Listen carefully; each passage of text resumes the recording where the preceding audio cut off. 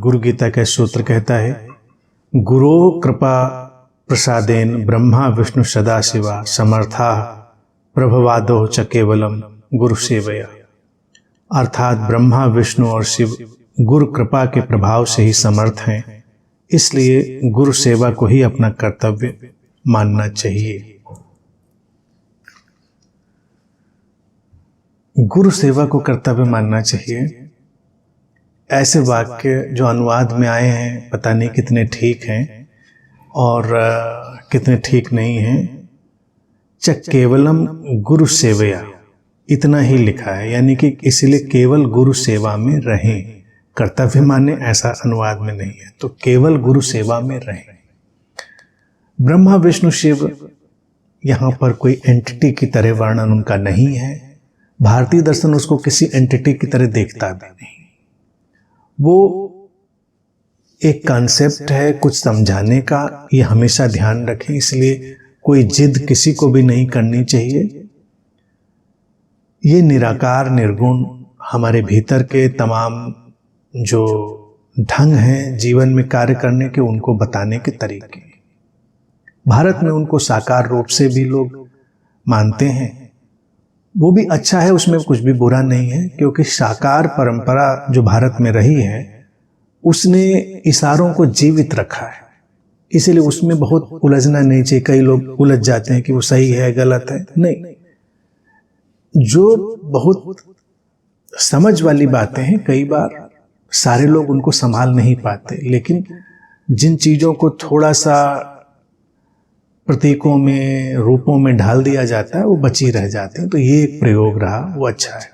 यहां पर सूत्र क्या कह रहा है, गुरु के माध्यम से ब्रह्मा विष्णु महेश समर्थ होते हैं। शिव हमारे भीतर ही जो स्वयं को जन्म देने की सामर्थ्य, स्वयं को पोषित करने की सामर्थ्य और स्वयं के विसर्जन की सामर्थ्य, ये तीनों शक्तियां हमारे भीतर ही हैं। अर्थात ब्रह्मा विष्णु और शिव प्रत्येक व्यक्ति की संभावना है। और गुरु की कृपा यही है कि जैसे ही हम ज्ञान की यात्रा में जाते हैं, समझ से भरने लगते हैं, तो वो समझ ही हमारे सारे गुणों को सामर्थ्यवान बनाती है। गुण तो सब होते हैं व्यक्ति के भीतर, लेकिन समझ की शक्ति ही ना हो तो उनमें सामर्थ्य नहीं आती। जैसे हमारे घर में बहुत सारे गैजेट्स हों, बहुत सारे उपकरण हों, लेकिन बिजली ही ना वहाँ पर हो तो क्या उपकरण काम करेंगे। तो अगर हम कहें कि सारे उपकरणों को ये जो बिजली है वो समर्थ बनाती, तो समर्थ बनाती क्योंकि वो काम करते हैं।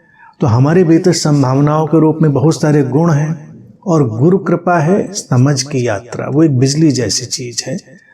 हम निरंतर ऊपर उठने के लिए तत्पर हैं।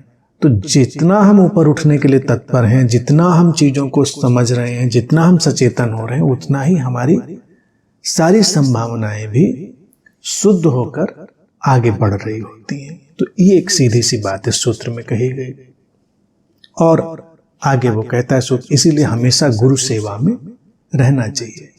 गुरु सेवा एक ही है कि जब हम कहीं भी पूरे मनोयोग से, पूरे भाव से अपने को शामिल करते हैं, फोकस्ड होते हैं।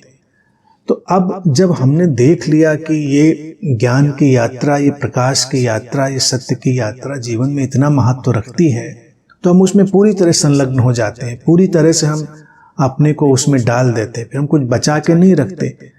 धीरे धीरे करके जो अज्ञान की परतें हैं वो टूटकर गिरती चली जाती हैं और हम ज्ञान के आलोक की तरफ बढ़ते चले जाते हैं। वही गुरु सेवा है।